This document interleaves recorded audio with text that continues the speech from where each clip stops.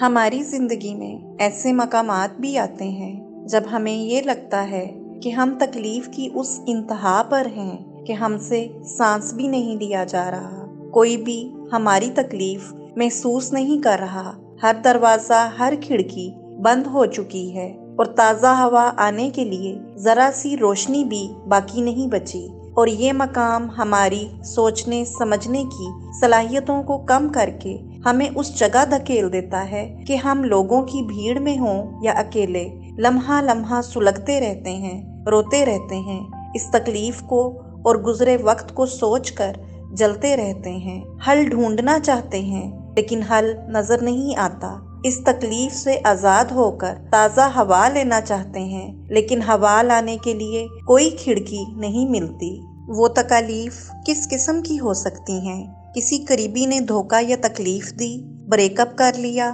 Move on نہیں ہو رہا، کوئی پیارا دنیا چھوڑ کے چلا گیا اور آپ اس کے بغیر جی نہیں پا رہے، رہ نہیں پا رہے، یا کسی نے آپ کو اتنی اذیت دی کہ غصہ اور نفرت آپ پر حاوی ہو گئی، ماضی کی کوئی تلخ یاد آپ پہ حاوی ہے، یا مستقبل کے خدشات ستا رہے ہیں، جاب کی فکر ہے کہ ختم نہ ہو جائے، یا کسی کا رویہ آپ سے برداشت نہیں ہو رہا، جو گزر گیا یا جو ہونے والا ہے اس پر فکر، تکلیف، دکھ یا پریشانی ہے اور آپ کسی بھنور میں پھنس کر رہ جائیں، تو یہ سوال خود سے کریں کہ اکثر جب ہم کسی پیارے رشتے کو قبر میں دفنا آتے ہیں تو کچھ وقت، کچھ عرصے بعد اس کا سوگ کیوں ختم کر کے اپنی روٹین کی زندگی میں مصروف ہو جاتے ہیں؟ اس کا جواب اس کہاوت کی طرح ہے کہ مرنے والوں کے ساتھ مرا نہیں جاتا، جیسے وہ جانے والے بھی اپنی زندگی میں بہت سے اپنے پیاروں کے مرنے یا بچھڑنے کے بعد زندگی جیتے تھے اور دنیا چلتی رہی، اور یہ دنیا ہمارے مرنے کے بعد بھی اسی طرح چلے گی جیسے ہماری زندگی میں چل رہی ہے۔ تو کوئی بھی رشتہ زندہ ہے یا دنیا سے چلا گیا مگر آپ سے وہ بچھڑ گیا اور آپ آگے نہیں بڑھ پا رہے، مسلسل تکلیف میں ہو، تو آپ خود کو خود ہی تباہ کیوں کر رہے ہو؟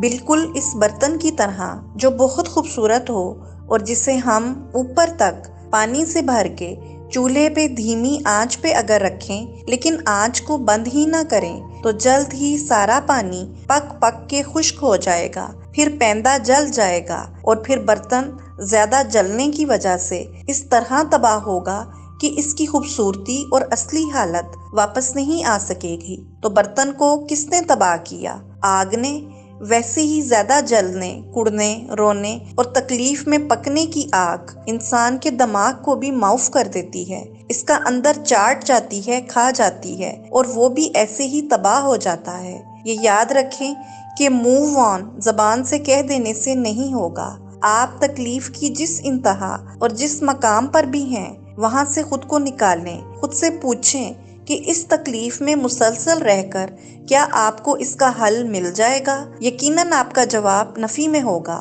تو پھر اس میں رہ کر آپ اپنی زندگی اور زندگی کی خوبصورتی کیوں خود ہی برباد کر رہے ہیں؟ کیونکہ جنہیں زندگی سے نکال دیا، اگر وہ بریک اپ یا دھوکے کی صورت میں تھا تو اس کے لیے خود کو بے مول اور ضائع مت کریں، نہ ہی ساری دنیا کو بتائیں کہ کون کب کیسے ہم سے بچھڑ گیا اور اس کے جانے سے ہم پر کیا اثر پڑا، کیونکہ آپ کو ہیومن ایڈکشن تھی یا آپ کسی کے ساتھ بہت ہی اٹیچ تھے، آپ نے اس تعلق میں اپنا بیسٹ بھی دیا، تو ان باتوں کا ذکر کرنے، اسے سوچنے یا یاد کرنے سے کچھ بھی آپ کو اب حاصل نہیں ہوگا،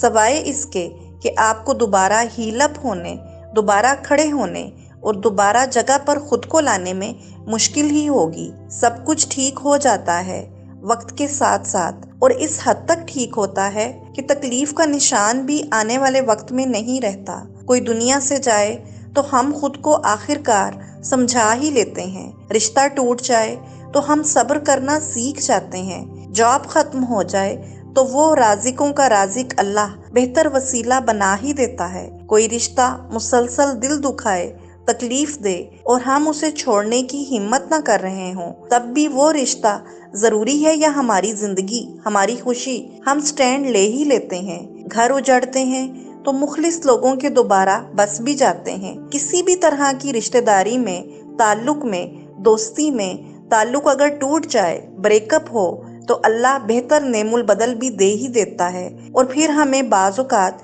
گزرے وقت کی تکلیف اور دکھ کو سوچ کر ہنسی آ جاتی ہے۔ ضرورت صرف آپ کو دل سے آگے بڑھنے کی ہے، اور آپ کو آگے بڑھنے میں، خود کو یہ سب ریئلائز کروانے میں، اپنے دل و دماغ کا دوبارہ مالک بننے میں 6 ماہ لگیں، سال لگیں، 2 سال لگیں یا 10 سال، اس عرصے میں جتنا ماضی کو سوچنا ہے، اس پر افسوس کرنا ہے، نفرت کرنی ہے، رونا ہے، غبار نکالنا ہے، پچھتانا ہے یا جو بھی کرنا ہے، ایک بار کھل کے کر لیں، اور پھر ہر قسم کے ان جذبات کو گہرائی میں جا کر محسوس کریں، پروسیس کر لیں، مکمل ہونے دیں، اور پھر صبر اور سکون سے انتظار کریں اس وقت کا جب آپ کو واقعی فرق پڑنا بند ہو جائے۔ کسی کی زندگی میں سمجھ لینے کی اور خود کو یہ سمجھا لینے کی سٹیج جلد آ جاتی ہے، کسی کی دیر سے۔ کسی کا کوئی زخم بار بار ادھڑتا ہے اور پھر وہیں جا کے کھڑا ہو جاتا ہے، اور یہ بہت مشکل بھی ہے